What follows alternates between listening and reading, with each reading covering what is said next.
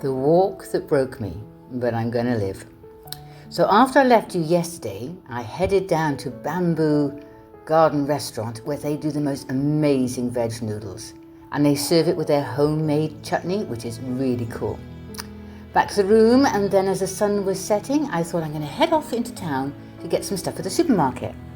But as I passed through the local park on the way, which is in a fabulous setting, I saw these people setting up stalls. We'll come back to those. Saw a fabulous little tuk-tuk Egyptian, send that to my son. And then you cross over the lake, and on the far side there seems to be a Buddhist temple, so I'm going to go and visit that at some point. This was really cool. So I'd been to the supermarket by now, and then as I'm coming back down, the train was passing. And everybody, same as India, everybody, and America I suppose, everyone just stops and waits for it all to go past. Not a huge barrier, but everybody just knows what to do. Everybody just quietly waiting there. So many times I've been on the train and seen huge traffic jams about 5 o'clock in rush hour. But this one wasn't too bad. So the train just comes through, getting towards the end. And then as we get to the last carriage, the barrier goes up, engines start, and they're off. It's like the wacky races. Off they go. That was cool. The sky on the walk back was purple. It was absolutely amazing. Sun was still, setting over. And then I came to a really cool little temple, which had loads of various Buddhas around. So I shall go and visit that in the daylight at some point. All the lights are coming on.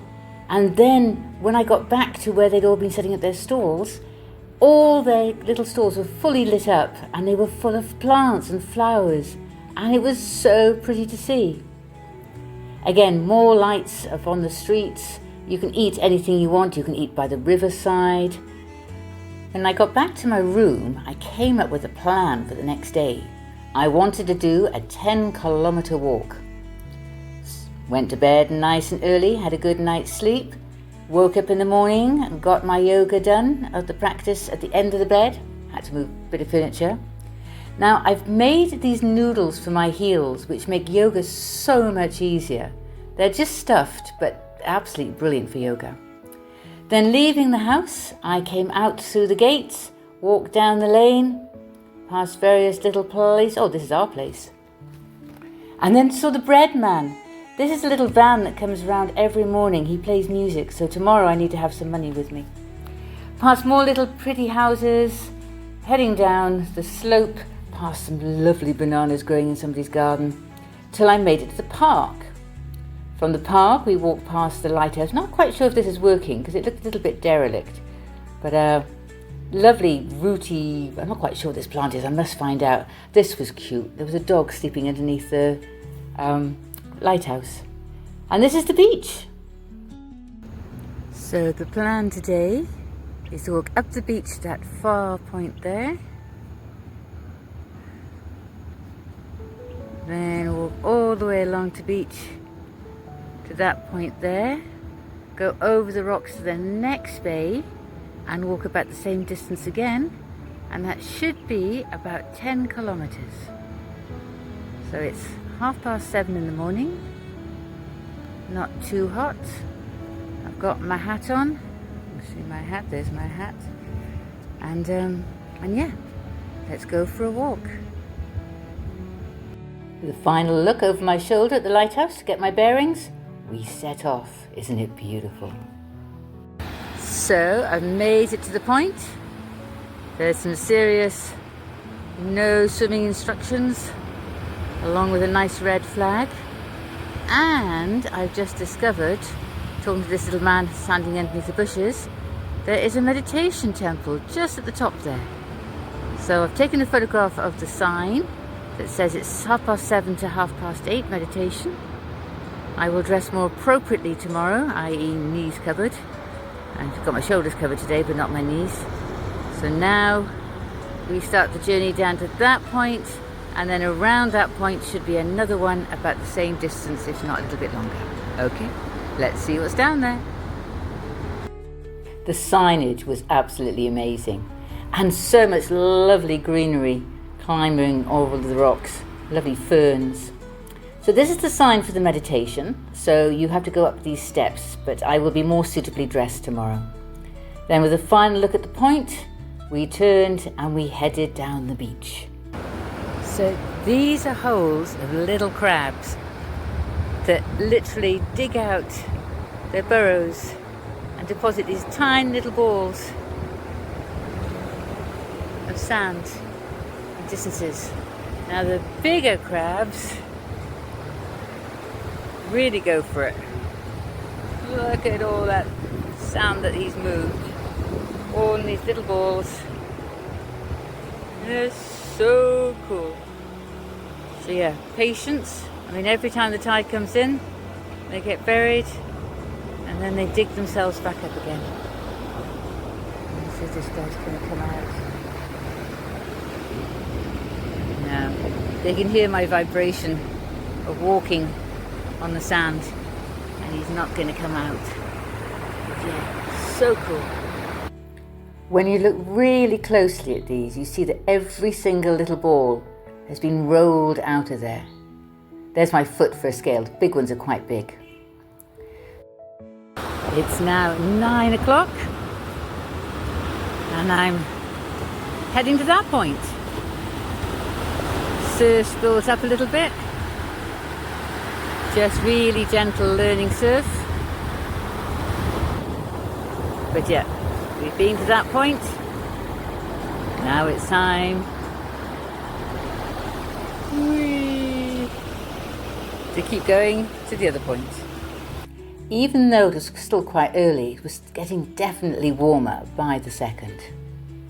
So we've made it to the point. Point number 1. No swimming at this point. Although there is a guy having surfing lessons. Oh, we have a little aeroplane. And then this is going to be the next part of the beach we're going to walk. The clamber over the rocks is really quite easy. And then when you get to the beach at the side, somebody's put sunbeds and things in the shade, which was lovely. And then obviously sun lovers will want their full sun. Lots of places along the beach.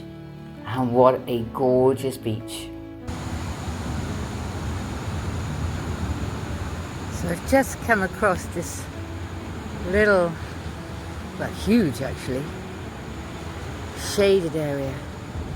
And there is a hammock tied there. It's very clean and tidy in here. So can you imagine sleeping here right by the beach at night? How heavenly. The vines have grown over these trees, making them sort of morph into different shapes. There's one in the distance that looks a bit like an elephant. It's so green and lush. And this is just so cool.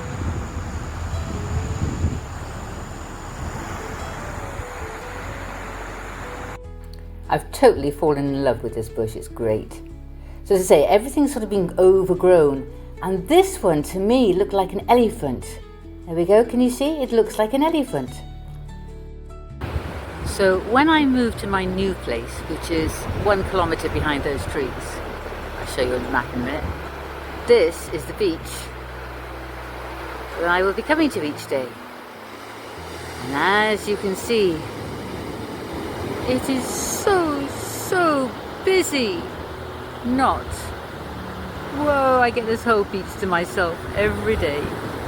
I'm going to be staying at the second little red dot. And as you say, this is going to be my beach every day. So we've done it. We've walked all the way to the end. Fabulous resort here.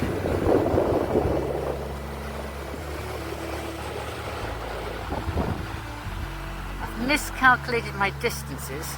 So basically, I've already walked 10 kilometres. And I hadn't thought about walking back. So it's going to be about 14 kilometres. That's okay. This resort is a lot more than 3,000 a night, but the views are amazing. And there's a river that doesn't flow to the sea anymore nearby. So we have the train going over the Far Bridge, and the near bridge with the bikes. And then I presume when the rains come, this will flow to the sea.